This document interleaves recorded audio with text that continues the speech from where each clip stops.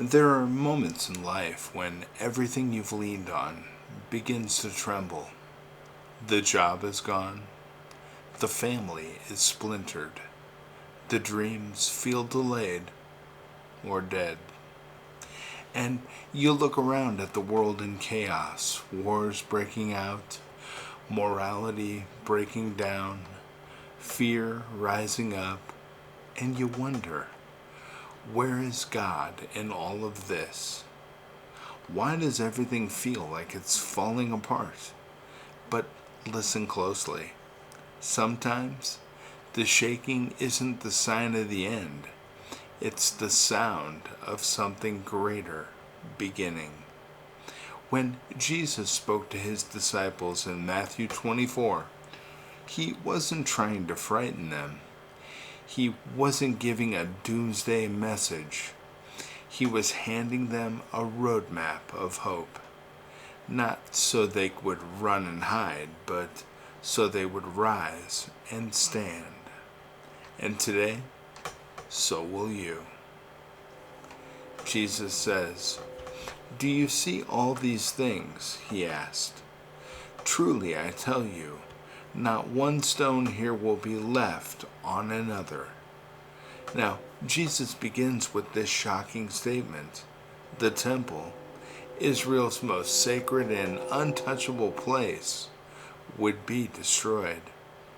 To the disciples, this was unthinkable, but to Jesus, it was necessary.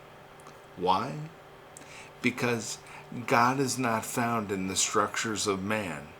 He is not confined to buildings, institutions, or systems.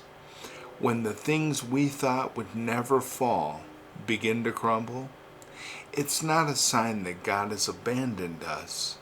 It's often a sign that He's inviting us to build again, but this time on something eternal. So, when the economy collapses, when culture confuses truth, when the church fails you or friends betray you, don't walk away from God. Walk deeper into Him, because He's not shaken. He is speaking. Watch out that no one deceives you, for many will come in my name. See, when everything feels uncertain, we become vulnerable. We start searching for something, anything, to make sense of the chaos. But Jesus warns that in times of confusion, deception is loud, and there will be false messiahs, false hopes, false fixes, movements that look holy but are empty, voices that sound spiritual but point us away from the truth. But you were born for this hour. This is not the time to shrink back. This is the time to press in, to return to the voice of the shepherd, not the noise of the crowd. Even in the middle of confusion, you still have a calling. Even in a world full of lies, you can live with truth and power. You will hear of wars and rumors of wars. Nation will rise against nation. There will be famines and earthquakes. Does that sound familiar? It should, because it's the front page of our news every single day, isn't it? But Jesus told us this is not to paralyze us with fear, but to prepare us with courage. You see, the world is groaning under the weight of sin. Now that's true. And creation is crying out for redemption. And here's the amazing thing. Jesus said all this would happen before the end comes. And why? Because He wanted you to know that nothing surprises Him. And if it doesn't surprise Him, it doesn't have to defeat you. the pain you feel, the fear you fight, the chaos you see, well, it's not the end of your story. It's the beginning of his breakthrough. Because of the increase of wickedness, the love of most will grow cold. Now, think about that. This is one of the most heartbreaking verses in the Bible. Not because of the wickedness, but because of what wickedness does to the hearts of good people. It numbs them, steals their love, and causes them to check out, give up, and go cold inside. But that's not you. You still feel. You still care. You still love even when it hurts. That's your superpower in this generation.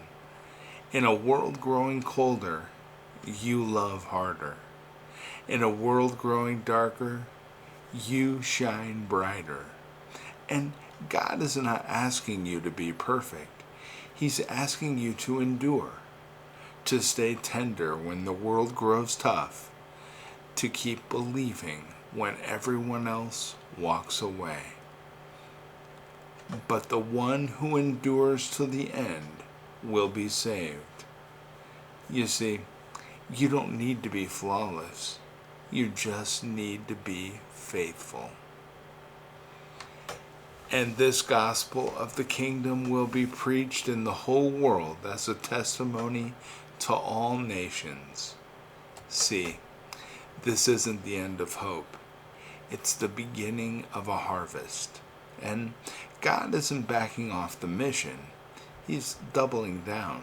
See, in the middle of wars and earthquakes, betrayal and division, He is still raising up voices. He's raising up you. Because your voice matters. Your story matters. Your healing matters. And your testimony might be the thing that rescues someone else's soul from the edge. You see, some people are hanging on by a string, and you never know when you are the string. And the enemy wants you silenced. But God is saying, speak, go, love, shine, because this gospel will be preached and it will reach the nations. So, think about this. Everything Jesus said in Matthew 24 wasn't to make us anxious. It was to arm us with assurance. He was saying, yes, it will get hard, but yes, I will be with you. Yes, there will be shaking, but yes, there will be revival. And yes, love will grow cold, but yes, your fire will not go out. So what do? We wake up and we rise up. We walk through this world not as victims, but as warriors of hope. Not afraid of the shaking, but confident that God is building something eternal through us. Because you were born for this hour. You are not too late. You are not disqualified. You are not forgotten. You are called. You are covered. And you are commissioned. And you don't walk alone. The same Jesus who spoke these words walks beside you now. And He's not watching to see if you fail. He's cheering you on to win. So hold your head up, plant your feet, and let the world see what unshakable faith looks like in a person who knows. Heaven and earth will pass away, but my words will never pass away, said Jesus. You see, you were made for more than just surviving this season. You were made to shine in it. God bless you, my friends. Have a beautiful day.